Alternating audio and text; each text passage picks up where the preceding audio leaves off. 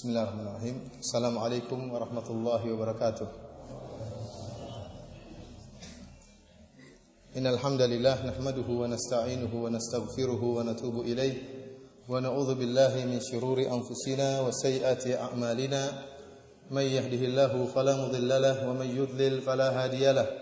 Wa ashhadu an la ilaha illallah wahdahu la syarika lahu wa ashhadu anna Muhammadan 'abduhu wa rasuluhu la nabiyya ba'dahu. يا أيها الذين آمنوا اتقوا الله حق تقاته ولا تموتن إلا وأنتم مسلمون يا أيها الناس اتقوا ربكم الذي خلقكم من نفس واحدة وخلق منها زوجها وبث منهما رجالا كثيرا ونساء واتقوا الله الذي تساءلون به والأرحام إن الله كان عليكم رقيبا يا أيها الذين آمنوا اتقوا الله وقولوا قولا سديدا يصلح لكم أعمالكم ويغفر لكم ذنوبكم ومن يطع الله ورسوله فقد فاز فوزا عظيما أما بعد فإن أصدق الحديث كتاب الله وخير الهدى هدى محمد صلى الله عليه وسلم وشر الأمور محدثاتها فإن كل محدثة بدعة وكل بدعة ضلالة وكل ضلالة في النار. إخواني في الله وأخواتي في الدين أعزني الله وإياكم. الحمد لله, pada malam hari ini kita masih diberi kesempatan oleh Allah Subhanahu wa taala untuk berkumpul dalam rangka mengagungkannya, dalam rangka mengagungkan Allah Subhanahu wa taala, dalam rangka saling ingat mengingatkan dalam ketakwaan kepada Allah Subhanahu wa taala. Dan pada kesempatan yang berbahagia ini saya akan membicarakan sebuah ibadah yang agung, yaitu ibadah bersyukur kepada Allah Subhanahu wa taala. Al-Imam Ibnu Qayyim rahimahullah berkata, al-imanu nisfan. Sungguhnya iman itu dua perkara. Nisfu sabr wa nisfu syukur. Setengahnya adalah bersabar dan setengahnya adalah bersyukur. Karena kita tahu bahwasanya seorang hamba tidaklah keluar dari dua kondisi ini. Entah dia diberi kenikmatan oleh Allah Subhanahu wa taala dan diwajibkan baginya untuk bersyukur kepada Allah, ataukah dia sedang diuji oleh Allah Subhanahu wa taala dan dia dituntut untuk bersabar dalam menghadapi ujian tersebut. Dan dua-duanya, ya, kesulitan dan kemudahan, kekayaan dan kemiskinan, kesehatan dan penyakit, dua-duanya ujian dari Allah Subhanahu wa taala. Jangan sampai kita salah sangka dan menyangka bahwasanya yang namanya ujian adalah kesulitan hidup, kemiskinan, penyakit. Tidak. Kekayaan, kemudahan, kesehatan juga merupakan ujian. Allah Subhanahu wa taala berfirman, "Kullu nafsin dha'iqatul maut wa nabluukum bisyarri wal khairi fitnah wa ilaina turja'un." Setiap yang bernyawa pasti akan merasakan kematian. Dan kami akan menguji kalian bisyarr, dengan kejelekan. Di antaranya kata ahli tafsir, kemiskinan, penyakit, musibah. Wal khair, dan kami juga akan menguji kalian dengan kesulitan, dengan kebaikan. Di antaranya kata ahli tafsir dengan kekayaan, kemudahan, kesehatan. Wa ilaina turja'un, dan kepada kamilah kalian akan kembali. Oleh karenanya seorang sebagaimana diuji dengan kemiskinan, dia diuji pula dengan kekayaan. Akan tetapi, ikhwani fillah wa akhwati fid din azani Allah wa iyyakum, manakah yang lebih utama? Apakah yang kaya bersyukur ataukah yang miskin bersabar? Mana yang lebih baik? Ada khilaf di antara para ulama, akan tetapi yang lebih rajih dalam hal ini adalah perkataan para ulama yang mengatakan mana yang lebih bertakwa di antara keduanya. Karena Allah Subhanahu wa taala berfirman, "Inna akramakum 'indallahi atqakum." Sungguhnya yang paling mulia di sisi Allah Subhanahu wa taala adalah yang paling bertakwa di antara kalian. Barang siapa yang dengan syukurnya lebih bertakwa kepada Allah daripada orang lain yang takwanya dengan sabarnya masih lebih rendah, maka lebih utama yang bersyukur. Dan sebaliknya, barang siapa tatkala dia bersabar, ketakwaannya lebih tinggi daripada orang lain yang tatkala bersyukur, maka yang bersabar ini di sisi Allah lebih tinggi. Tergantung kepada orang tersebut dalam bersyukur kepada Allah ataupun dalam bersabar menghadapi ujian yang Allah berikan kepadanya. Akan tapi tentunya kalau kita disuruh memilih apakah kaya bersyukur atau miskin bersabar, kita pilih yang mana? Miskin bersabar. Iya. Secara fitrah kita akan memilih kaya bersyukur, enak, uang banyak, istri 4, rumah 4, bersyukur lagi kepada Allah Subhanahu wa taala. Di akhirat masuk surga. Daripada miskin, istri 1, ngomel terus. Di neraka, di akhirat di surganya pas-pasan. Ikhwani fillah azanillahu iyyakum. Akan tapi kenyataannya, saya bicara kenyataannya. Kenyataannya kebanyakan orang diuji dengan kemiskinan lolos ujian atau lulus ujian. Dan kebanyakan orang yang diuji dengan kekayaan tidak lulus. Oleh karenanya Nabi SAW tatkala melihat isi surga, beliau melihat bahwasanya kebanyakan penduduknya adalah al-fuqara, orang-orang yang miskin. Maka berbahagialah antum. Semoga kita semua termasuk penduduk surga. Amin ya rabbal alamin. Adapun orang-orang kaya, jarang dari mereka yang lolos dari ujian. Mereka tidak bersyukur kepada Allah Subhanahu wa taala.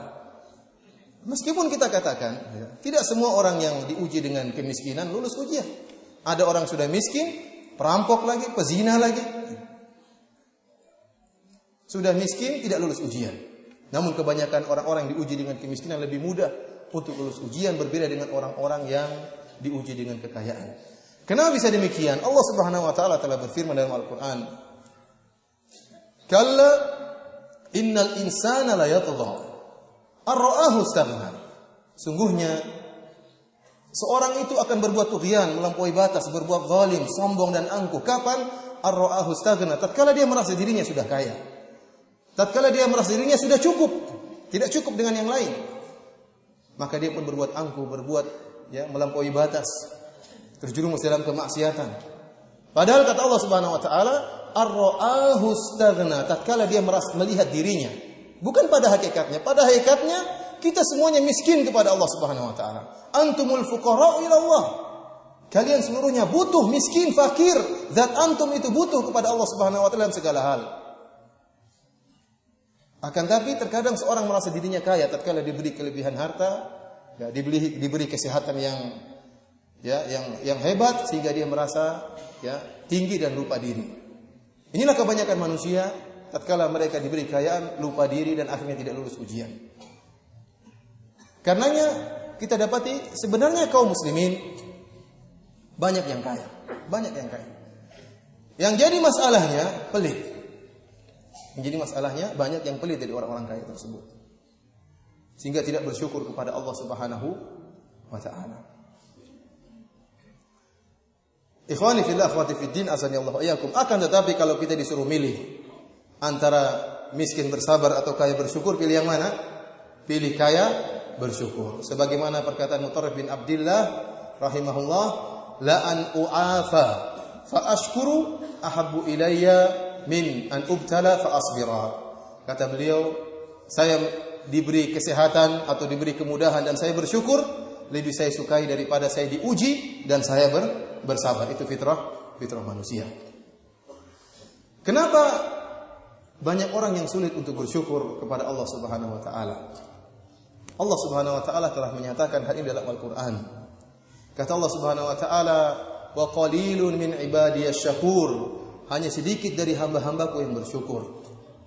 Hanya sedikit dari hamba-hambaku yang bersyukur. Karenanya ada seorang berdoa kepada Allah Subhanahu wa taala dan didengar oleh Umar bin Abdul Khattab radhiyallahu taala anhu. Sebagaimana diriwayatkan oleh Imam Ahmad dalam kitabnya Az-Zuhud, sami'a Umar rajulan yaqul. Umar bin Khattab mendengar seorang berdoa, "Allahumma ja'alni minal aqallin." Ya Allah, jadikanlah aku termasuk orang-orang yang sedikit. Maka kata Umar bin Khattab, "Ma hadza?" Doa apa ini? Kata dia, "Amirul Mukminin, yaqulullahu azza wa jalla, wahai Amirul Mukminin, Allah Subhanahu wa taala berfirman, "Wa ma amana ma'ahu illa qalil." Hanya sedikit yang beriman kepada Nabi Nuh. Allah Subhanahu wa taala juga berfirman, "Wa qalilun min ibadiyasy syakur." Hanya sedikit dari hamba-hambaku yang bersyukur. Allah juga berfirman, illal ladzina amanu wa 'amilus shalihat wa qalilum ma hum, kecuali orang-orang yang beriman dan beramal saleh, dan betapa sedikit mereka. Kata Umar bin Khattab radhiyallahu taala anhu, "Shadaqta, engkau benar." Kemudian syaitan, iblis, tatkala tahu bahwasanya ibadah syukur merupakan ibadah yang dicintai oleh Allah Subhanahu wa taala, maka syaitan, iblis telah bersumpah untuk menghalangi manusia dari bersyukur kepada Allah Subhanahu wa taala. Iblis pernah mengatakan, "Tsumma la'atiyannahum min baini aydihim wa min khalfihim wa an aymanihim wa an syama'ilihim wa la tajidu aktsarahum syakirin." Kata iblis laknatullah alaihi, dia pernah bersumpah, sungguh-sungguh aku akan mendatangi mereka dari arah depan mereka, dari arah belakang mereka, dari kanan mereka, dari kiri mereka. Wa la tajidu aktsarahum syakirin, dan Allah, ya Allah, engkau akan dapati kebanyakan mereka tidak bersyukur. Dan iblis telah menjalankan sumpahnya dan telah membuktikan sumpahnya. Inilah ikhwani fillah sallallahu alaihi wasallam, kenapa kebanyakan orang yang diberi ujian kekayaan, diberi ujian kemudahan, tidak lulus dalam ujian tersebut. Ya. Dan kita berdoa kepada Allah Subhanahu wa taala, semoga Allah menjadikan kita termasuk orang-orang yang sedikit yang bersyukur kepada Allah Subhanahu wa taala. Allah Subhanahu wa taala dalam banyak ayat memerintahkan kita untuk bersyukur. Di antaranya firman Allah Subhanahu wa taala, "Fadhkuruni adzkurkum washkuruni wa la takfurun." Ingatlah aku, maka aku akan mengingat engkau, dan bersyukurlah kepadaku, ya. Wa la takfurun, dan janganlah kalian ingkar kepada nikmat yang aku berikan kepada engkau. Allah Subhanahu wa taala juga mengatakan, memerintahkan orang-orang yang beriman, "Washkuru lillahi in kuntum iyyahu ta'budun." Dan bersyukurlah kalian kepada Allah Subhanahu wa taala jika kalian beribadah kepada Allah Subhanahu wa taala. Hanya beribadah kepada Allah Subhanahu wa taala. Bahkan Allah Subhanahu wa taala menyebutkan bahwasanya Allah menciptakan kita agar kita bersyukur kepada Allah Subhanahu wa taala. Wallahu akhrajakum min butuni ummahatikum la ta'lamuna syai'a wa ja'ala lakum as-sam'a wal absara wal af'idata la'allakum tashkurun. Dialah Allah Subhanahu wa taala yang telah mengeluarkan kalian dari perut ibu kalian dalam keadaan kalian tidak mengetahui apa-apa. Kemudian Allah Subhanahu wa taala menjadikan bagi kalian penglihatan, pendengaran dan hati, la'allakum tashkurun, semoga kalian bersyukur. Kemudian Allah Subhanahu wa taala menyebutkan, bahkan Allah merintahkan kita bertakwa agar kita bersyukur.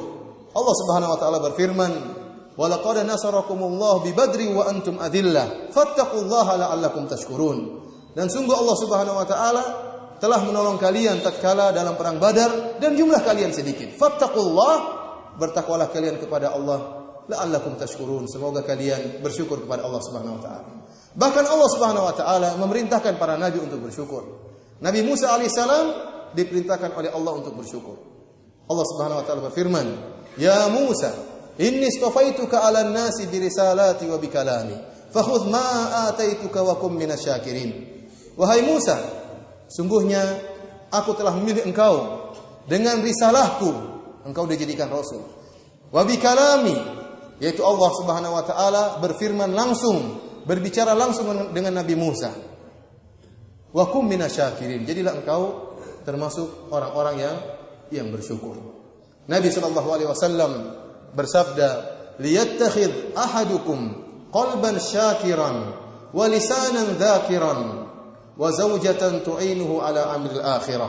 Hendaknya salah seorang dari kalian menjadikan hatinya senantiasa bersyukur kepada Allah Subhanahu wa taala, dan menjadikan lisannya senantiasa berzikir kepada Allah Subhanahu wa taala, dan mengambil istri yang bisa membantu dia dalam urusan akhirat. Bagaimanakah cara kita bersyukur kepada Allah Subhanahu wa taala? Para ulama menyebutkan bahwasanya syukur kepada Allah Subhanahu wa taala bisa dilakukan dengan 3 hal, atau harus dilakukan dengan 3 hal. Karena syukur berkaitan dengan ibadah hati, ibadah lisan, dan juga ibadah jawarih. Pertama dengan hati, yaitu kita mengakui bahwasanya segala kenikmatan yang ada pada kita semuanya dari Allah Subhanahu wa taala.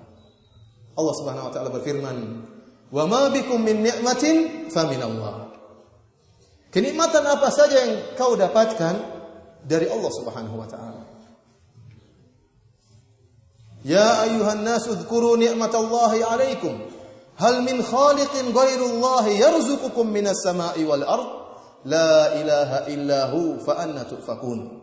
Kata Allah Subhanahu wa taala, wahai manusia, ingatlah nikmat yang Allah berikan kepada kalian. Apakah ada Tuhan lain yang berikan kenikmatan kepada kalian dari langit dan bumi? La ilaha illahu. Tidak ada Tuhan kecuali Allah Subhanahu wa taala.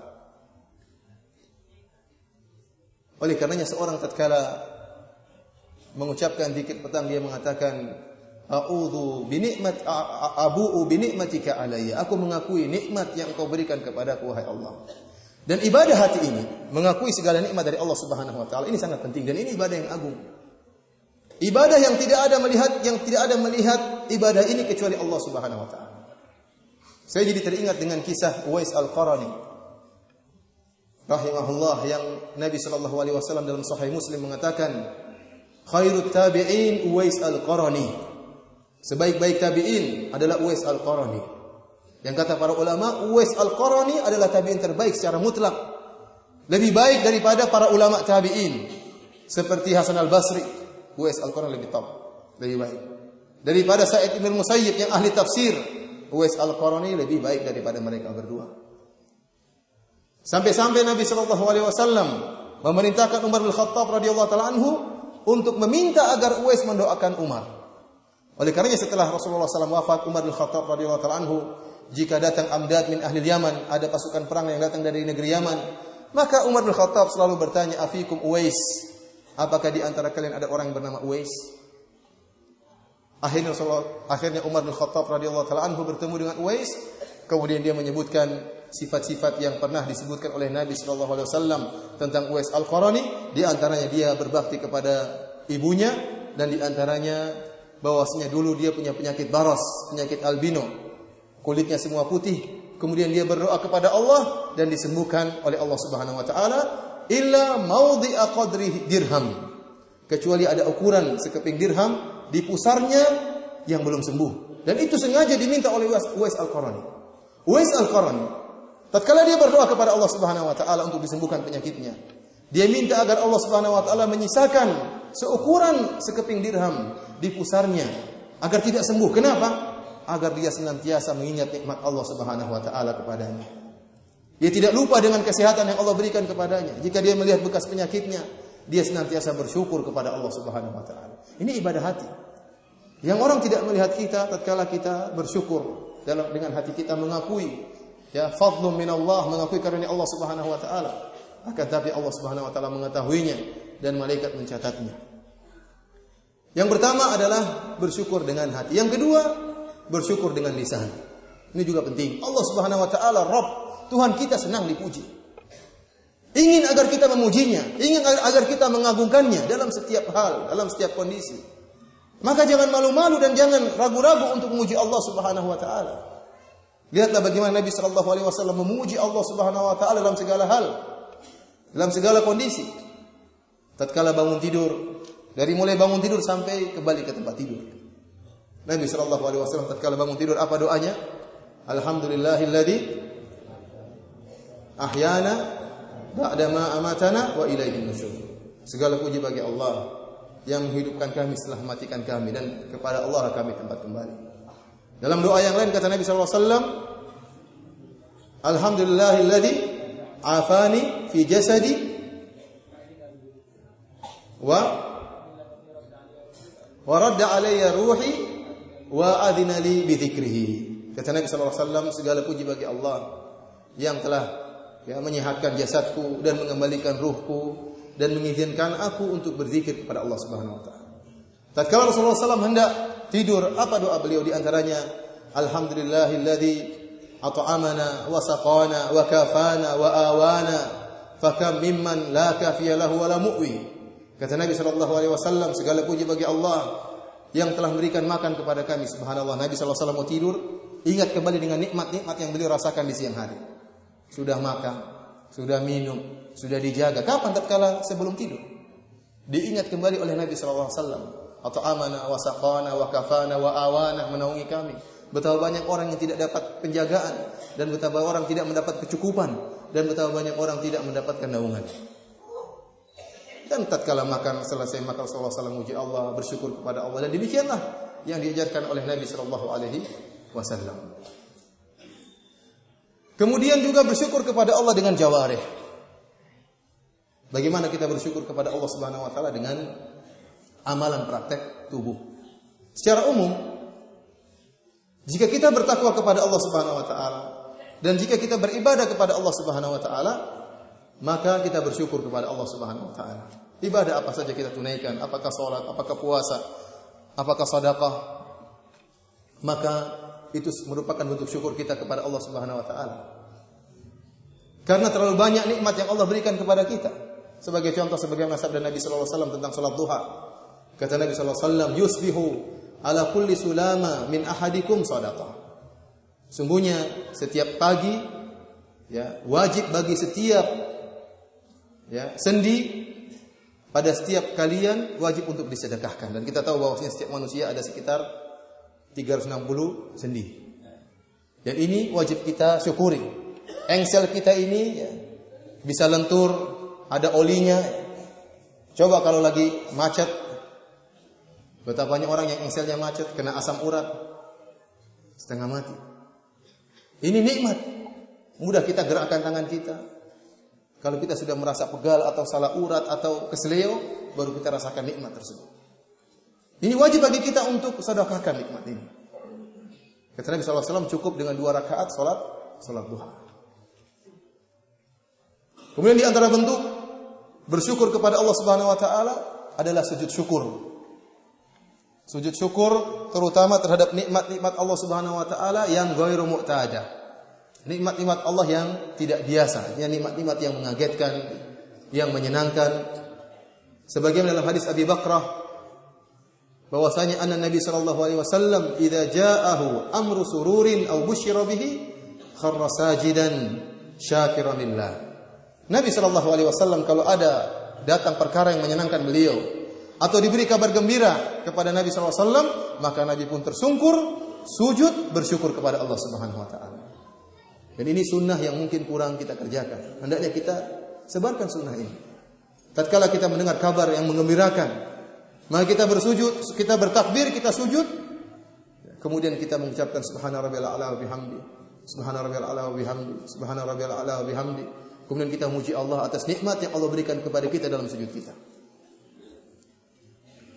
Oleh karenanya diriwayatkan dari para sahabat, mereka sujud syukur tatkala mendapatkan kabar-kabar yang menggembirakan dari sahabat dan juga para tabi'in. Seperti Abu Bakar radhiyallahu taala anhu. Abu Bakar radhiyallahu taala anhu tatkala dikabarkan tentang tewasnya Musailamah al-Kadzdzab, maka beliau pun kharra sajidan lillah. Beliau pun sujud dan bersyukur kepada Allah Subhanahu wa taala, sujud syukur. Karena kita tahu bagaimana parahnya Musailamah al-Kadzdzab dan betapa banyak para qurra, para ahli, para hufaz, para penghafal Quran dari kalangan sahabat yang terbunuh dalam peperangan melawan Musailamah al-Kadzdzab. Tatkala dikabarkan Musailamah al-Kadzdzab tewas, maka Abu Bakar pun sujud bersyukur kepada Allah Subhanahu wa taala. Demikian pula yang dilakukan oleh Ali bin Abi Thalib. Dalam satu riwayat disebutkan tatkala Ali bin Abi Thalib mengetahui tentang seorang yang meninggal dari Khawarij, maka Ali bin Abi Thalib pun sujud syukur kepada Allah Subhanahu wa taala. Tatkala di Nahrawan setelah Ali bin Abi Thalib berperang melawan orang-orang Khawarij, kemudian Ali bin Abi Thalib setelah tewas seluruh orang-orang Khawarij, Ali bin Abi Thalib radhiyallahu taala anhu mengatakan, "Iltamisu dza sudyah."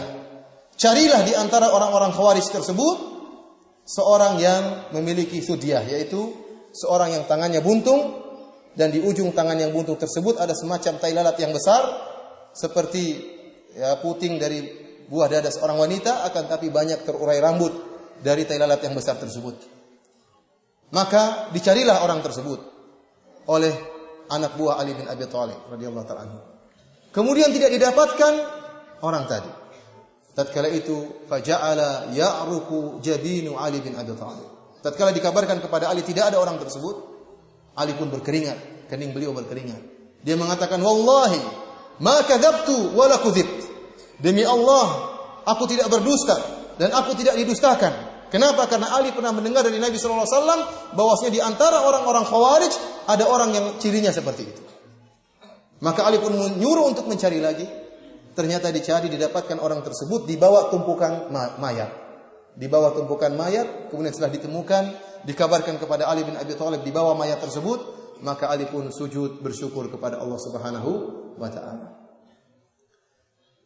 Demikian juga tatkala Ka'ab bin Malik radhiyallahu taala anhu diterima taubatnya oleh Allah Subhanahu wa taala karena terlambat tidak ikut dalam perang Tabuk, maka dia pun sujud bersyukur kepada Allah Subhanahu wa taala. Demikian juga Hasan al-Basri tatkala dikabarkan tentang matinya Hajjaj bin Yusuf Ats-Tsaqafi, maka dia pun sujud bersyukur kepada Allah Subhanahu wa taala. Oleh karenanya ikhwan, ini di antara ibadah yang agung jika kita mendapatkan kabar yang menggembirakan kita.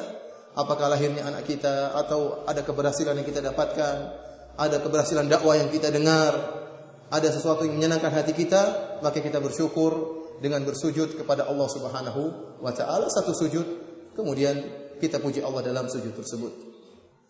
Di antara bentuk bersyukur kepada Allah Subhanahu wa taala dengan anggota tubuh adalah menampakkan nikmat Allah pada diri kita. Ada seorang yang datang kepada Nabi SAW memakai pakaian yang kusam. Maka Nabi SAW heran melihat orang ini. Nabi SAW bertanya, "Hal ataka Allahu malan?" Apakah Allah berikan engkau harta? Kata dia, "Ya Rasulullah, saya punya harta ini dan ini dan ini." Kata Nabi SAW, "Idza ataka Allahu malan, fal yura atharu." Kalau seandainya Allah memberikan engkau harta, maka tampakkanlah bukti daripada nikmat tersebut. Jangan pakai pakaian yang usang. Sudah punya hotel 5, sudah punya istri 4, masih pakai motor butut. Kenapa? Zuhud. Zuhud apa pelit? Dia pelit tapi dibalik berdalil dengan zuhud. Ini tidak boleh. Tampakkan nikmat Allah tersebut pada dirinya. Karena ikhwan, ada sebagian orang yang sangat pelit. Sampai-sampai Al-Jahid menulis kitab yang diberi judul Al-Bukhala, orang-orang pelit. Sebutkan cerita tentang orang-orang pelit. Di antaranya ada orang kaya yang sangat pelit. Ingin didakwahi oleh seorang yang miskin. Orang miskin ini mengundang orang kaya tadi agar dia sadar supaya enggak pelit. Karena kita tahu pelit itu ada 2 tingkatan. Tingkatan yang rendah, pelit terhadap orang lain. Tingkatan yang paling parah, pelit pada diri sendiri. Sama diri sendiri apa? Pelit. Maka orang miskin ini pun mengundang orang kaya tadi dan diberi makanan yang banyak untuk menunjukkan bagaimana meskipun saya miskin, saya tidak pelit seperti kamu. Tapi dia tidak sadar, dia makan banyak kemudian sampai kekenyangan. Karena mumpung gratis pikirannya. Setelah itu saking kekenyangan dia pun muntah. Tatkala dia muntah dia menangis. Yang miskin tanya, "Kenapa Anda menangis?" Kata dia, "Rugi nih, sudah keluar lagi rugi." Saking pelitnya keluar pun dia menangis. Ini subhanallah ya. Orangnya pelit luar biasa, muntah saja dia menangis. Sampai yang menjadi masalah, kalau dia menyiksa dirinya sendiri masih mending. Dia menyiksa istrinya, yang ikut menderita istrinya, anak-anaknya ikut menderita. Sampai ada kasus di kejadian di Arab Saudi, ada seorang yang anak-anaknya marah sama bapaknya. Kenapa? Tatkala bapaknya meninggal ketahuan ternyata uangnya banyak. Sementara selama ini hidup mereka pas-pasan. Mereka tahu ternyata bapak saya selama ini apa? Pelit. Yang jadi masalah istrinya ikut menderita, anak-anaknya ikut menderita. Sampai anak tahu ada seorang, subhanallah, ada orang yang mau berobat saja dia enggak mau keluarkan uang, padahal uangnya miliaran. Dia disuruh untuk berobat. Dia lagi di Jakarta, lagi terkena penyakit jantung. Dianjurkan kepada dia untuk berobat di Jakarta dekat. Kata dia mahal di Jakarta. Saya ingin berobat di kota lain. Akhirnya mau naik pesawat sudah meninggal dunia sebelum sampai di tempat lain. Nah, pelit sama dirinya. Akhirnya ikhwani fil azani Allah hayakum. Di antara bentuk rasa syukur kepada Allah Subhanahu wa taala adalah kita menampakkan nikmat yang Allah berikan kepada kita. Orang yang tidak menampakkan nikmatnya dan selalu menampakkan dirinya miskin dan miskin, setiap ditanya mengeluh terus, ini orang yang kufur ingkar kepada nikmat Allah Subhanahu wa taala. Menampakkan pada orang lain agar dikasihani, padahal sudah berkecukupan, agar diberi oleh orang lain atau agar dikasihani oleh orang lain, agar tidak dimintai sedekah oleh orang lain, dia sembunyi-sembunyikan seakan-akan dia juga sangat butuh. Ini orang ingkar kepada nikmat Allah Subhanahu wa ta'ala. Tidak boleh demikian. Akan tetapi tatkala seorang ingin menampakkan nikmat Allah kepada dia pun tidak boleh berlebih-lebihan. Nabi sallallahu alaihi wasallam bersabda, ya, kulu washrabu wa tasaddaqu walbasu, kata Nabi sallallahu alaihi wasallam, makan dan minumlah dan bersedekahlah dan pakailah pakaian fi ghairi makhilah wala saraf. Akan tapi jangan pakaian yang sombong dan jangan pula pakaian yang berlebih-lebihan. Kita kalau orang kaya pun tidak boleh kemudian pakai pakaian dalam rangka untuk sombong. Tidak boleh juga pakai pakaian yang berlebih-lebihan, yang mubazir. Sampai kemarin saya sempat ditanya oleh seorang ustaz, saya ini punya simpanan 15 miliar. Bolehkah saya beli tas harganya 165 juta? Tas saja 165 juta buat apa? Buat tuh 165 juta. Terlalu mahal 165 juta buat apa? Bilang saya punya 15 miliar, tapi 165 juta buat apa? Ditanya oleh Allah Subhanahu wa taala. Setiap kenikmatan ditanya oleh Allah Subhanahu wa taala. Tas yang ukurannya mungkin 10 cm kali 10 cm harganya 165 juta. Ittaqillah. Tidak boleh seperti ini. Kemudian buat apa kita beli mobil yang mewah-mewah? Ada sebagian orang subhanallah mobilnya bermiliar-miliar, buat apa? Dan ingat, seorang yang memakai pakaian yang terlalu mahal, pakai mobil yang terlalu mahal, akan mewariskan dalam hatinya kesombongan, dan ini tidak bisa dia hindari. Tidak bisa dia hindari. Seorang yang memakai sepeda butut atau mobil butut atau motor butut, dia tidak mungkin sombong ya. Sudah ketemu orang dia paling assalamualaikum. Tidak mungkin dia sombong. Tapi beda kalau orang naik Mercy. Dia tidak mau sombong tapi dia sombong sendiri ya, gimana lagi. Dan itu secara otomatis masuk dalam dirinya. Makanya Nabi SAW mengatakan fi ghairi makhila wala saraf. Jangan pakai pakaian yang menyombongkan dan jangan pakai pakaian yang berlebihan, yang mahal. Karena orang tahu ini mahal. Tas ini mahal, ada mereknya, dia akan bangga. Mereknya dia nampakkan, ada orang tahu bahwasanya ini mahal. Secara otomatis akan timbul kesombongan. Dan kesombongan bisa muncul dalam mana saja. Jangankan motor, jangan mobil, HP saja orang bisa sombong. Kamu BlackBerry model berapa? Saya iPhone 5. Timbul kesombongan dalam diri. Oleh ikhwani fillah azani Allah wa yakum, ya, di antara bentuk beribadah, bersyukur kepada Allah dengan jawarih adalah menampakkan nikmat yang Allah berikan kepada kita, akan tapi tidak boleh berlebih-lebihan.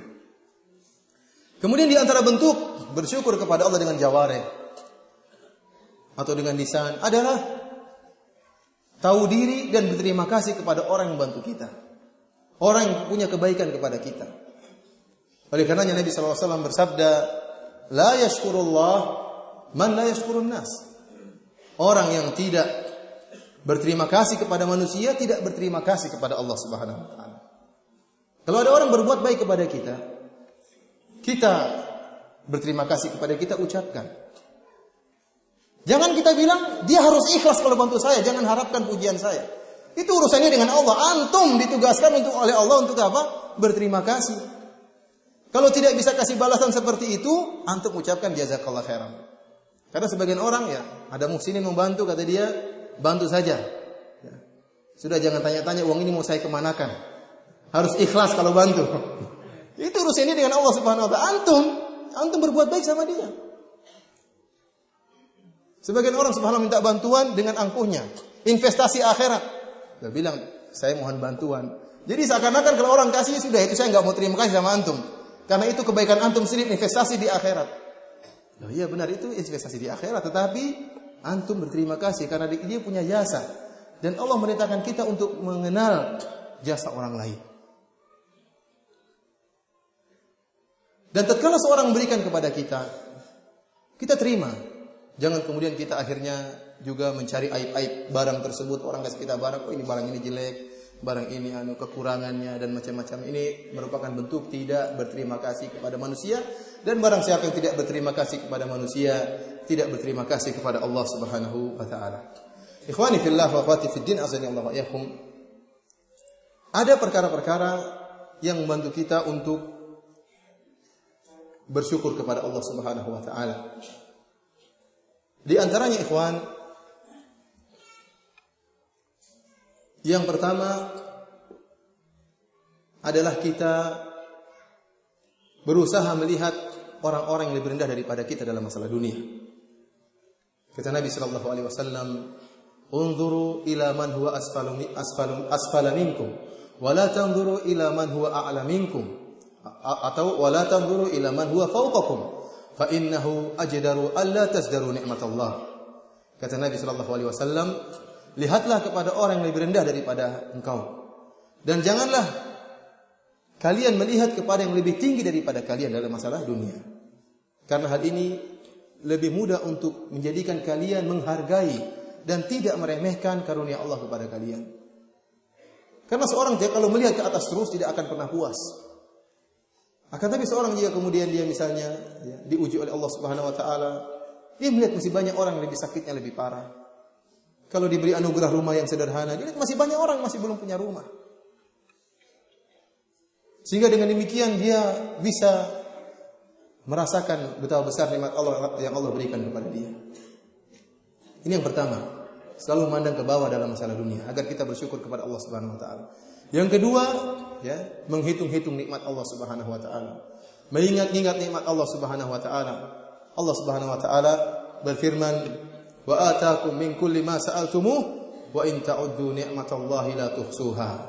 Dan Allah Subhanahu wa taala memberikan apa yang kalian minta, dan jika kalian menghitung-hitung nikmat Allah Subhanahu wa taala, maka kalian tidak akan bisa menghitungnya. Terlalu banyak ya ikhwan nikmat yang Allah berikan kepada kita. Allah Subhanahu wa taala menjadikan kita dari tidak ada menjadi ada, itu suatu merupakan kenikmatan. Allah Subhanahu wa taala tatkala menciptakan antum, Allah menjadikan antum manusia, tidak menjadikan antum kambing atau bebek, itu juga nikmat Allah Subhanahu wa taala. Coba kalau antum jadi bebek, ditangkap seorang ikhwan, dipenggal sama seorang ikhwan, kasihan. Kemudian Allah Subhanahu wa taala tatkala menjadikan antum manusia, Allah Subhanahu wa taala menjadikan antum, berikan antum di atas Islam. Ini nikmat. Betapa banyak orang manusia tapi otaknya tidak jalan untuk beribadah kepada Allah Subhanahu wa taala. Menyembah matahari, menyembah hewan, menyembah batu. Saya kemarin sebelum ke sini sempat diundang makan sama Syekh Yusuf Al-Asiri, pemimpin atau kepala Quwat Al-Amniyah fil Haram Nabawi, itu kepala polisi di Masjidil Haram, Masjidil Haram An-Nabawi. Orangnya saleh ya, nasabuhu kadzalik.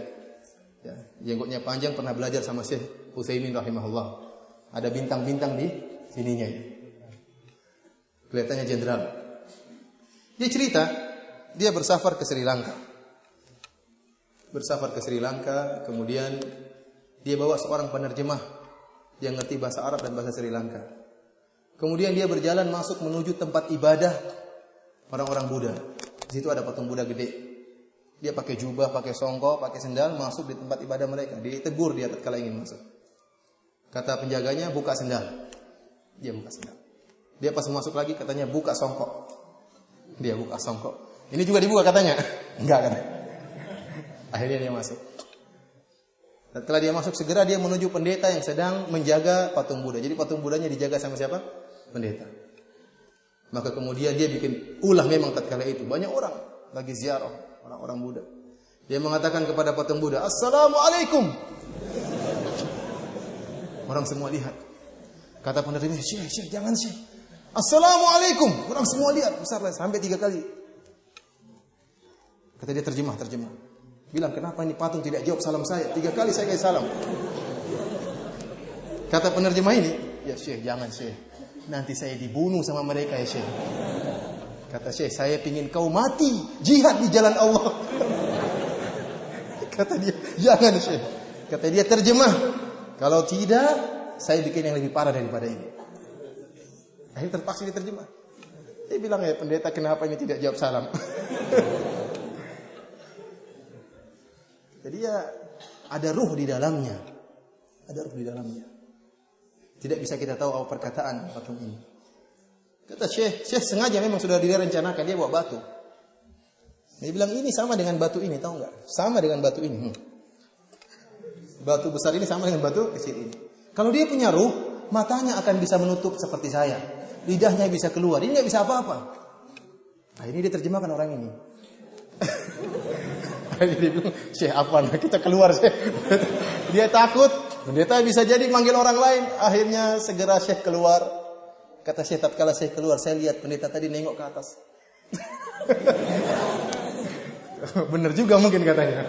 Kena syubhat ya. Ikhwan, subhanallah. Kita bersyukur kepada Allah. Allah Subhanahu wa taala menjadikan kita orang-orang yang beriman. Banyak orang menyembah makhluk. Kalau antum mengandalkan otak antum, kecerdasan antum IQ-nya dibandingkan IQ orang Jepang, IQ antum jongkok. Tapi antum subhanallah, Allah berikan taufik menyembah Allah Subhanahu wa taala. Mereka yang otaknya cerdas menyembah matahari. Mereka orang-orang ini yang otaknya cerdas menyembah patung, menyembah hewan. Sapi kerbau diibadahi. Oleh karenanya kita bersyukur kepada Allah Subhanahu wa taala tatkala berada di atas Islam. Kemudian syukur yang lebih besar lagi tatkala Allah Subhanahu wa taala memilih kita di antara kaum muslimin menjadi ahlus sunnah wal jamaah, di atas sunnah. Kita bahagia dan kita juga sedih sekalian tatkala melihat saudara-saudara kita yang tidak mengenal sunnah, terjerumus dalam praktek-praktek bid'ah, menghabiskan uang mereka, ada yang beribadah dengan dalam kesyirikan. Kita bersyukur kepada Allah Subhanahu wa taala. Kemudian juga di antara perkara yang buat kita bersyukur kepada Allah Subhanahu wa taala, kita renungkan dengan akan tubuh kita. Allah Subhanahu wa taala memberikan kesehatan kepada kita. Ya ikhwan, kesehatan yang Allah berikan kepada kita adalah nikmat yang luar biasa. Allah memberikan kemudahan kepada kita untuk masih bisa hidup, masih bisa beribadah kepada Allah Subhanahu wa taala. Tidak jamin seorang yang kemudian rajin olahraga, kemudian rajin lari pagi, kemudian dia mesti lebih sehat, lebih banyak beribadah kepada Allah Subhanahu wa taala. Ada orang yang badannya kuat, tahu-tahu meninggal dunia. Ada yang badannya kokoh, kekar, tahu-tahu kena asam urat. Ada yang badannya lemes-lemes, mungkin perutnya agak besar, tapi sehat-sehat saja. Bukan berarti jangan berolahraga. Artinya, kita berolahraga bukan jaminan. Kalau Allah cabut kesehatan tersebut, siapapun bisa meninggal dunia. Nikmat dari Allah Subhanahu wa taala. Kemudian kita lihat, wa fi anfusikum afala tubsirun. Lihatlah pada diri kalian, Allah menciptakan tubuh kita ini dengan penuh muhkam, dengan sangat baik. Allah meletakkan kepala di atas, hidung ya, lubangnya di bawah bukan di atas. Kemudian antum lihat jantung antum di dalam tubuh. Allah Subhanahu wa taala meletakkan jantung antum di balik tulang yang menjaga jantung tersebut. Ciptaan yang sangat sempurna. Coba kalau jantung antum di luar sini, gantung. Kalau ada orang jengkel sama antum langsung dia pejet begini, selesai perkara. Tapi subhanallah, belum antum lihat bagaimana ciptaan Allah Subhanahu wa taala. Antum lihat matahari, ya. Allah jalankan pada jalurnya, tidak mundur dan tidak maju. Seandainya mundur sedikit, kita mungkin membeku. Seandainya maju sedikit, kita terbakar. Tapi Allah alirkan di atas jalurnya. Demikian juga hujan. Al-Imam Ibnu Qayyim rahimahullah dalam kitabnya Miftahud Daris Sa'adah menyebutkan tentang bagaimana agungnya ciptaan-ciptaan Allah Subhanahu wa taala. Di antaranya beliau berbicara tentang hujan. Allah Subhanahu wa taala berfirman, ya. Afara'aitumul ma'a alladhi tashrabun? A antum anzaltumuhu minal muzni am nahnul munzilun? Tidakkah kalian melihat tentang hujan, air hujan yang Allah turunkan, yang kalian minum? Apakah air tersebut kalian yang turunkan dari awan ataukah kami yang menurunkan? Lau nasya'u ja'alnahu ujajan falaula tashkurun. Kalau Allah berkehendak, Allah menjadikan air hujan tersebut asin. Kenapa kalian tidak bersyukur?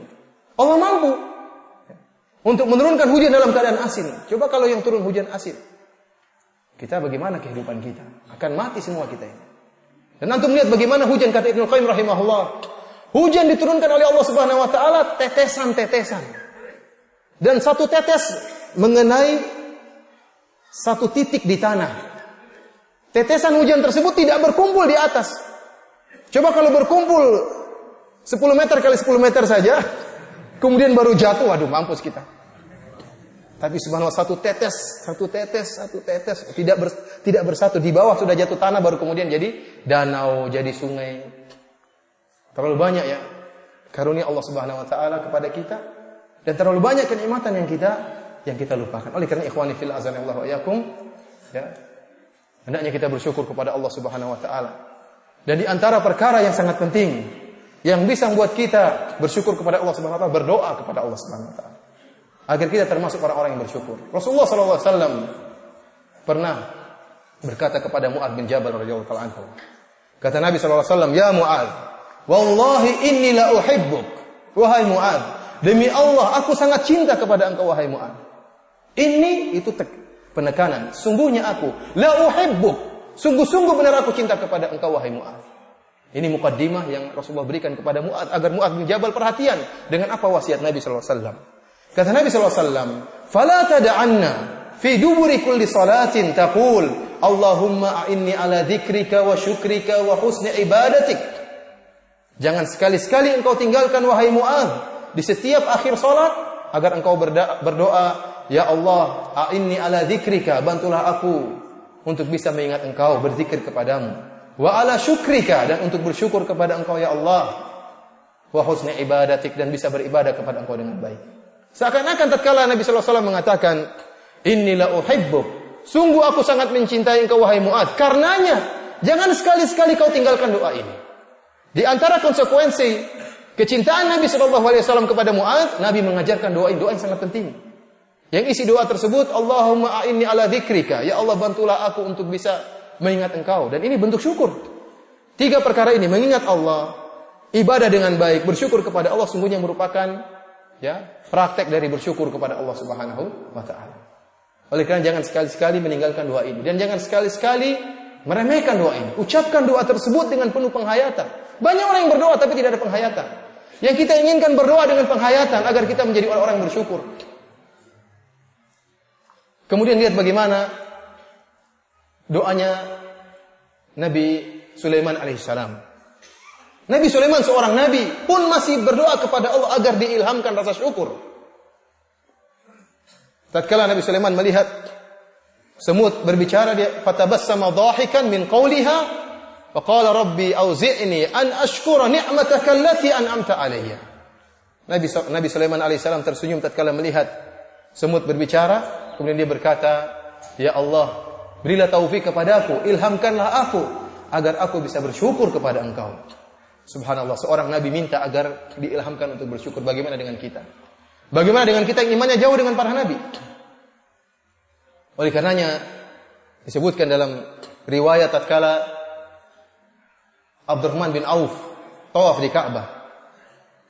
Kemudian di samping beliau ada Sa'id bin Jubair, seorang tabi'in.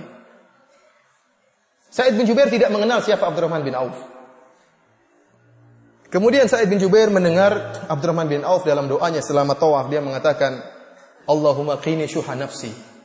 Ya Allah, lindungilah aku dari rasa pelit. Ya Allah, lindungilah aku dari rasa pelit. Senantiasa dia berdoa dengan doa tersebut. Ya Allah, Allahumma qini syuha nafsi. Ya Allah, lindungilah aku dari rasa pelit. Terbetik dalam hati Sa'id bin Jubair, ini kenapa Abdurrahman kok berdoa agar dilindungi dari rasa pelit? Ini orang ini siapa? Kalau kita lihat ada orang berdoa seperti ini, seakan-akan orang ini sangat pelit sekali. Kok doanya supaya tidak pelit? Ternyata dikabarkan bahwasanya itu adalah Abdurrahman bin Auf, seorang yang sangat suka bersedekah, sangat dermawan. Beliau tidak ingin kaya raya, tapi Allah menjadikan dia kaya. Kenapa? Semakin bersedekah Allah tambah rezekinya. Sampai dia mengatakan, "Lau rafa'tu hajaran," kalau saya angkat sebuah batu, saya akan dapati di bawahnya emas atau perak. Kenapa? Terus bersedekah, Allah berikan rezeki kepada dia. Namun selama dia bersedekah dan terus bersedekah, dia tidak merasa pede dan tidak merasa saya orang yang bersyukur kepada Allah. Bahkan dia merasa pelit dan masih kurang bentuk syukurnya kepada Allah Subhanahu wa taala. Sehingga dia berdoa, "Ya Allah, jauhlah aku dari rasa pelit." Ada sebagian orang yang jadi, Masya Allah sudah bangun masjid. Saya sudah ini, seakan-akan dia sudah top dalam bersyukur kepada Allah Subhanahu wa taala. Oleh karena ikhwani fillah azanillahu wa iyyakum, kita berdoa kepada Allah Subhanahu wa taala, semoga Allah menjadikan kita termasuk orang-orang yang bersyukur kepada Allah Subhanahu wa taala. Yang terakhir, di antara perkara-perkara yang merupakan faedah bersyukur kepada Allah Subhanahu wa taala. Ketahuilah ikhwan, tatkala Allah merintahkan kita bersyukur, tidak ada manfaat yang Allah raih dari kita. Wa man syakara fa inna ma yashkuru li nafsihi. Barang siapa yang bersyukur, maka dia sungguhnya bersyukur untuk dirinya sendiri. Wa man kafara fa innallaha ghaniyyun karim. Allah tidak butuh dengan orang yang ingkar. Mau kafir silakan. Mau bersyukur kembali kepada manfaatnya kembali kepada engkau sendiri. Oleh karenanya ingat ya. Sabda Nabi sallallahu alaihi wasallam dalam diskusi kata Allah Subhanahu wa taala, "Lau anna awwalakum wa akhirakum wa insakum wa jinnakum kanu ala qalbi atqa rajulin minkum ma zada fil mulki syai'an." Kalau seandainya wahai kalian anak Adam dan juga jin, dari sejak zaman Adam sampai hari kiamat kelak seluruhnya manusia dikumpulkan. Seluruhnya hati mereka seperti hati orang yang paling bertakwa. Taruhlah seluruh umat manusia sejak zaman Nabi Adam sampai hari kiamat seluruhnya hatinya seperti hati Nabi Muhammad sallallahu alaihi wasallam, tidak akan menambah keagungan Allah Subhanahu wa taala. Allah tidak butuh dengan ibadah kita. Allah tidak butuh dengan ketakwaan kita. Allah tidak butuh dengan sedekah kita. Seluruhnya kembali kepada kita. Dan sebaliknya kata Allah Subhanahu wa taala, "Lau anna awwalakum wa akhirakum wa insakum wa jinnakum kanu ala qalbi afjari rajulin minkum ma naqasa min mulki syai'an." Kalau seandainya seluruh manusia dari zaman Nabi Adam alaihissalam sampai hari kiamat, seluruhnya semuanya seperti Firaun hatinya, tidak akan mengurangi kekuasaan Allah Subhanahu wa taala. Oleh karenanya, syukur yang kita lakukan hanyalah kembali kepada kita. Manfaatnya kembali kepada kita. Di antaranya Allah Subhanahu wa taala akan menghalangi seorang bersyukur dari azab Allah Subhanahu wa taala. Ma yaf'alullahu bi'adabikum in syakartum wa amantum wa kana Allahu syakiran alima. Kata Allah Subhanahu wa taala, Allah tidak akan mengazab orang-orang yang bersyukur dan beriman. Allah tidak akan mengazab. Kemudian juga orang yang bersyukur kepada Allah Subhanahu wa taala akan ditambah rezekinya. La in syakartum la azidannakum wa la in kafartum inna adzabi lasyadid. Barang siapa yang bersyukur kepada Allah Subhanahu wa taala, maka Allah akan tambah rezekinya. Kemudian barang siapa yang bersyukur kepada Allah, dia akan meraih ridha Allah Subhanahu wa taala. Nabi sallallahu alaihi wasallam bersabda, "Innallaha la yardha an 'abdihi idza akala al-aklah fayahmadahu 'alaiha aw shariba asy-syarbata fayahmadahu 'alaiha."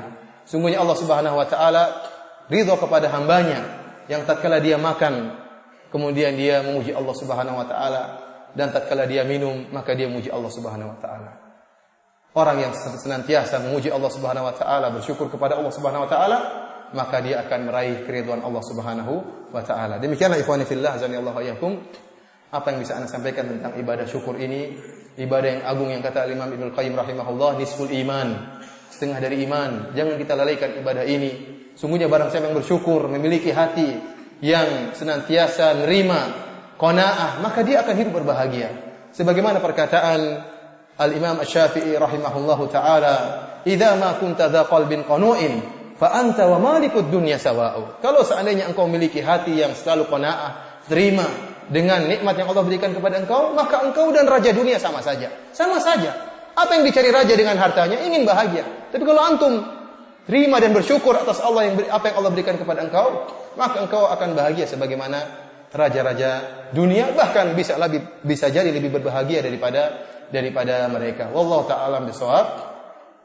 Selanjutnya kalau ada pertanyaan, azan dulu ya. Oke, fadhal. Pertanyaan pertama, apakah sujud syukur itu tanpa wudu atau perlu berwudu? Ada khilaf di antara para ulama tentang masalah ini. Apakah sujud syukur itu harus wudu atau tidak perlu wudu? Wallahu a'lam bishawab ya.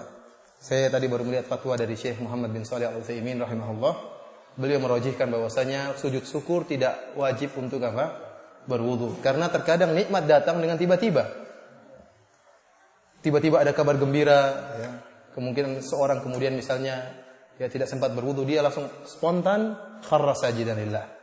Sujud kepada Allah Subhanahu wa taala. Jadi cara sujud syukur, dia bertakbir menghadap kiblat, kemudian dia bertakbir, dia sujud, kemudian dia mengatakan subhana rabbiyal a'la sebagaimana disebut oleh para fuqaha, subhana rabbiyal a'la wa bihamdi, subhana rabbiyal a'la wa bihamdi, kemudian dia boleh memuji Allah tatkala itu. Allahumma inni ashkuruka ala ni'mati kadza wa kadza. Saya bersyukur kepada Engkau ya Allah atas nikmat ini dan ini. Setelah itu selesai, tidak perlu salam ya. dan yang diriwayatkan oleh Syekh Muhammad bin Shalih Al-Utsaimin rahimahullah, tidak perlu berwudu. Berwudu hanyalah sunnah dan tidak wajib. Kemudian pertanyaan berikutnya, bagaimana sikap ana kepada istri yang selalu ngamuk-ngamuk kalau ana sebut poligami? Mohon nasihat. Ini nasihat kepada istri atau kepada antum? Ya ikhwan, ya. Kita tahu bahwasanya poligami merupakan mukjizat. Syariat mukjizat. Benar atau tidak? Benar. Karena poligami merupakan syariat yang memperhatikan skala besar, bukan hanya skala rumah tangga, tapi skala, ya, bahkan skala negara. Karena syariat memandang rakyat atau komunitas Islam secara keseluruhan. Memang benar, kita tidak pungkiri. Tatkala ada terjadi poligami, bisa jadi ada pihak dari istri yang kecewa atau yang merasa kurang diperhatikan atau yang selama ini perhatiannya penuh menjadi berkurang. Ini tidak dipungkiri. Dan ini mungkin kalau dianggap kemudaratan bagi dia, kalau dianggap kemudaratan. Akan tapi syariat poligami menimbang antara maslahat dan kemudaratan. Dan ternyata kemaslahatan poligami jauh lebih besar. Bukankah di sana ada 3 wanita yang lain yang tidak bisa menikah? Dengan dia, ya, menikahi wanita kedua, ketiga, dan keempat, banyak wanita yang bisa ditolong. Oleh karenanya, masalah sulit atau susah ini masalah yang relatif. Pernah terjadi dialog antara 2 orang wanita. Yang satu membela poligami mati-matian, yang satu menolak poligamis mati-matian. Setelah dicek, ternyata yang menolak istri pertama, yang membela istri ketiga. Repot juga. Nah, syariat tidak memandang pribadi, tapi syariat melihat kemaslahatan. Justru saya katakan ini mukjizat. Oleh karenanya kita dapati orang-orang kafir juga mereka mempraktikkan poligami, hanya saja tanpa aturan. Mau 100 perempuan juga boleh, dan boleh 1 jam saja. Kita tidak, poligami pakai mahar, kemudian harus akad pernikahan, ada walinya, dan hanya terbatas cuma 4. Karena kalau 5 keok laki-laki itu. Jadi 4 yang masuk akal, ya. Secara umum manusia bisa berbuat adil dan bisa memberi kebahagiaan, maksimal 4 dalam syariat Islam. Adapun orang-orang kafir mereka berzina sepuas. Oleh karenanya dikatakan syariat merupakan, poligami merupakan syariat mukjizat yang Allah turunkan, yang harus kita akui. Hanya saja tidak semua orang bisa melaksanakan poligami. Tidak semua orang bisa melaksanakan. Tidak semua laki-laki jantan bisa melaksanakan poligami.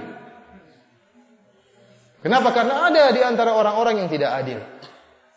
Dan kita tahu bersama Rasulullah SAW mengancam orang-orang yang tidak adil. Kata Nabi SAW, "Man kanat lahum ra'atani, famala ila ihdahuma jaa'a yaumal qiyamati wa shikkuhu ma'il." Barang siapa yang memiliki 2 istri, kemudian dia lebih condong kepada salah satunya, dia akan datang pada hari kiamat dalam keadaan tubuhnya miring, memalukan. Orang-orang akan bilang, "Oh, Abu Fulan ternyata badannya miring." Ternyata tidak adil. Tapi kalau dia adil, dia dengan lurus, tidak jadi masalah. Yang jadi masalah kalau miring. Ini berarti tidak semua orang bisa melaksanakan praktik poligami. Dan saya ingatkan, masalah ekonomi bukan masalah yang sepele. Nabi SAW berbicara tentang nikah pertama. Kata Nabi SAW, orang baru menikah. Ya ma'syarasy syabab, man istata'a minkumul ba'a falyatazawwaj. Wahai para pemuda, barang siapa di antara kalian yang mampu untuk menikah, maka menikahlah. Kemampuan ini dijelaskan oleh, ya, para ulama, para syurahul hadis, intinya kembali kepada kemampuan secara ekonomi untuk menikah. Karena kalau masalah jima, seluruh syabab mampu. Kalau artinya jima, ya semua orang syabab bisa mampu. Tapi Rasulullah mengatakan, "Faman lam yastati' fa'alaihi bisyam." Barang siapa yang tidak mampu, maka wajib berpuasa. Tidak mampu apa maksudnya? Tidak memiliki kemampuan ekonomi. Kalau tidak mampu, dia punya kemampuan berjima, makanya dia berpuasa supaya bisa mengendorkan syahwatnya. Tapi dia tidak mampu untuk memiliki sisi ekonomi. Ini pada nikah pertama, dia sudah harus memperhatikan masalah ini. Bagaimana dengan nikah kedua, ketiga, dan keempat. Oleh karenanya, saya kemarin pas waktu pergi ke Singapura, saya kaget dengan praktek pemerintahan Singapura. Di sana ada komunitas Muslim dan komunitas Buddha, orang Cina. Orang Cina kalau ketahuan poligami di penjara. Kalau ketahuan poligami apa? Di penjara. Misalnya dia istri pertamanya di mana, di Lombok, di mana? Di Singapura. Kemudian dia nikah di Cina, akhirnya istrinya yang di Singapura cross check, cari-cari tahu, ketahuan ada istrinya di Cina, maka suaminya akan di penjara. Beda dengan orang Islam, di sana dibolehkan untuk poligami. Tetapi akan diutus orang mengecek tentang ekonomi orang ini. Dicek penghasilannya berapa. Mungkin atau tidak. Nah, jualan apa? Jualan es krim. Jualan pulsa mau poligami. Subhanallah. Dicek ekonominya. Setelah dicek, kemudian diutus orang untuk menanya istri pertamanya, bagaimana sikap perlakuan suamimu selama ini kepada engkau. Akan dicek. Kalau dia bilang suami saya baik, kebutuhan terpenuhi. Kalau istrinya mengatakan, oh tidak pernah terpenuhi, ini perlu dicek kembali. Benar nggak perkataan istrinya tadi? Kalau ternyata tidak benar, maka yang dimenangkan perkataan suaminya. Dia boleh berpoligami meskipun istrinya tidak mengizinkan. Ini saya dengar langsung oleh seorang ikhwan yang tinggal di sana, dan dia cerita tentang hal ini. Ada orang yang nekat untuk poligami meskipun tidak mampu. Dan ini sangat menyedihkan. Ada seorang, ini istrinya 4. Subhanallah. Rumahnya satu atap. Kamarnya disekat-sekat. Istrinya minta cerai, kenapa? Tatkala suaminya bermesraan dengan istri yang lain, terdengar desah-desihnya. Bagaimana dia tidak menderita? Hanya wanita tidak normal saja yang tidak menderita. Makanya kalau sekatnya harus mantap sekatnya. Pasang pengedap suara. Itu tidak mengapa. Tapi kalau tidak ada pengedap suara, kedengaran desah-desihnya, ini mengganggu stabilitas keamanan ini orang wanita. Ikhwan, ana mengatakan syariat poligami syariat yang jempol, syariat yang mukjizat dari Allah Subhanahu wa taala. Akan tapi kalau seorang hendak praktekkan, maka praktekkan dengan baik. Kenapa? Karena banyak kenyataannya, ikhwan. Payah prakteknya. Sampai ada seorang yang buat dialog antara syair poligami antara suami dan istri. Suaminya mengatakan, wahai istriku, bukankah matahari diciptakan oleh Allah untuk banyak planet? Dan planet yang satu tidak marah dengan matahari tatkala planet lain disinari. Apakah kau ridho kalau saya jadi matahari dan kau menjadi salah satu planet tersebut? Karena tadi, sudah jangan banyak omong. Lampu di rumah 5 watt belum dibayar. Mau bicara matahari. Kalau kamu matahari nggak jawab, lampu di rumah saja belum dibayar listriknya, kemudian kamu mau jadi matahari. Makanya punya lampu 30 watt, 15 untuk yang satu, 15 yang untuk yang lain. Pas 30 watt. Ikhwani fillah azani Allah wa iyyakum, intinya itu syariat yang mulia, akan tapi tidak semua orang bisa mempraktekannya. Ya, barang siapa yang bisa mempraktekannya silakan. Dan seorang jika ingin poligami, persiapan dengan matang, jangan menyakiti hati istrinya. Sejak awal sudah bilang saya mau poligami. Istrinya menderita terus. Siapkan dirinya, kalau sudah mantap langsung diomongin dengan cara yang baik, diatur secara rapi. Tapi tiap hari saya mau poligami, dites dulu istrinya siap enggak.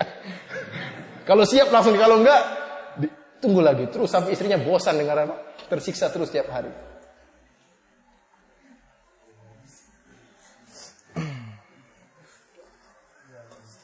Assalamualaikum Ustaz. Maaf Ustaz, bukankah kita dianjurkan untuk bersikap sederhana? Lalu di mana batasan antara menampakkan nikmat Allah pada diri sendiri dengan sikap sederhana? Tadi kata Rasulullah SAW, walbasu fi ghairi makhillatin wala saraf. Silakan pakai pakaian, tapi jangan pakaian yang sombong dan jangan yang berlebihan. Pakaian yang indah silakan. Rasulullah SAW bahkan punya pakaian yang indah yang dibuat di Yaman dan dipakai oleh Nabi Shallallahu Alaihi Wasallam. Akan tapi tidak semua pakaian Nabi seperti itu. Ya. Tapi Nabi Shallallahu Alaihi Wasallam menggunakan pakaian tersebut. Artinya ada pakaian yang indah selama harganya wajar, tidak tabzir, tidak mubazir, maka seorang boleh menggunakannya. Mobil, ada mobil yang mewah tapi tidak terlalu mewah. Mobil ini mewah karena memang manfaatnya besar, kemudian mungkin cepat dan sebagainya, tidak jadi masalah. Ya, karena memang dia memiliki kemampuan. Yang tidak boleh adalah ya berlebihan sampai pada tingkat kesombongan atau tingkat mubazir yang terlalu mahal. Bagaimana dengan cerita ini? Guru saya meskipun mampu membeli sepeda motor, beliau tetap memakai sepeda ontelnya ke sekolah. Bahkan sampai dikasih sepeda motor oleh temannya, namun beliau menolak, merasa dihina. Dan menyatakan, Anda kira saya tidak mampu beli barang itu? Namun saya suka memakai sepeda kalau saya ke sekolah. Ya tidak jadi masalah ya. Ada orang yang kaya tapi dia hobi pakai sepeda. Namun jangan dia ya menampakkan dia miskin, butuh butuh bantuan, jadi masalah hobi. Jadi masalah.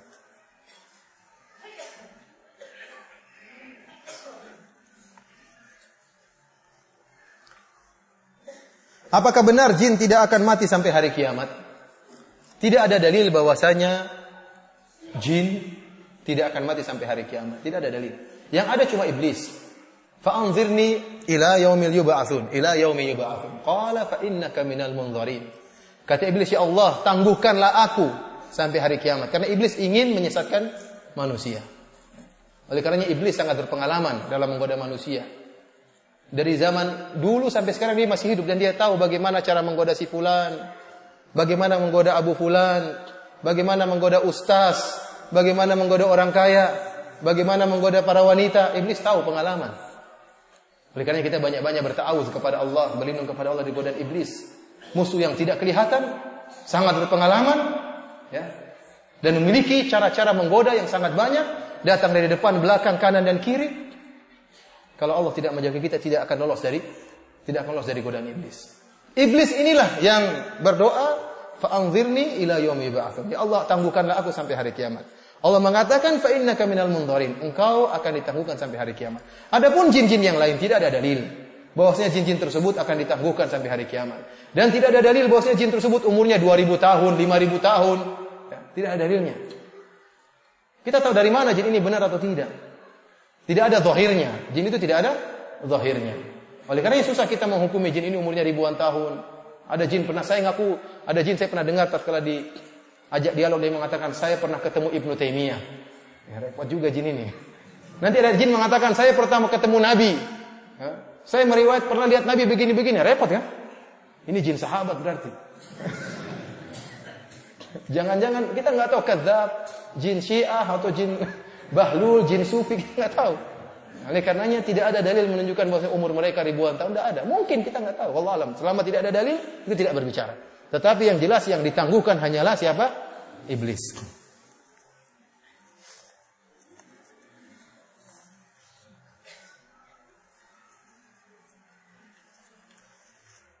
Ustaz, pada saat sekarang ini saya lagi mendapat ujian yang tertimpa kemiskinan. Akan tapi saya selalu mencoba untuk bersabar. Mohon nasihatnya Ustaz, bagaimana seharusnya menyikapi musibah ini. Ikhwan, ya, setiap kita diuji oleh Allah Subhanahu wa taala. Ada yang diuji dengan kemiskinan, ada yang diuji dengan kekayaan, ya. Meskipun ujian dengan kemiskinan berat. Akan tapi berusahalah dan berdoalah kepada Allah Subhanahu wa taala. Jangan-jangan kita kurang bertakwa kepada Allah Subhanahu wa taala. Karena Allah berfirman, "Wa may yattaqillaha yaj'al lahu makhraja wa yarzuquhu min haitsu la yahtasib." Barang siapa yang bertakwa kepada Allah, Allah akan berikan dia jalan keluar. Allah akan berikan solusi. Dan barang siapa yang bertakwa kepada Allah, Allah akan berikan dia rezeki dari arah yang dia tidak sangka-sangka. Bangun malam, salat malam. Tatkala Allah turun ke langit dunia, tatkala Allah mencari hamba-hambanya yang minta kepada Allah, "Hal min mustaghfirin fa'ghfirlah." Apakah ada di antara hamba-hambaku yang minta ampun kepadaku, maka aku ampuni dia. Hal min sa'ilin fa'utiya su'lah. Apakah ada di antara hambaku yang minta kepadaku, akan aku berikan permohonannya. Saya yakin kalau kita di pagi hari berusaha, malam hari kita berdoa kepada Allah, menangis di hadapan Allah Subhanahu wa taala, pasti akan memberikan rezekinya kepada kita. Dengan syarat berusaha dan bertawakal dan berdoa kepada Allah Subhanahu wa taala. Dan gembiralah bahwasanya kebanyakan penghuni surga orang-orang miskin. Demikian saja yang bisa Ana sampaikan pada kesempatan kali ini. Kurang lebihnya dan Ana mohon maaf. Yang benar datang dari Allah Subhanahu wa taala, yang salah dari saya sendiri semoga Allah maafkan kita semua. Wabillahi taufiq wal hidayah. Assalamualaikum warahmatullahi wabarakatuh.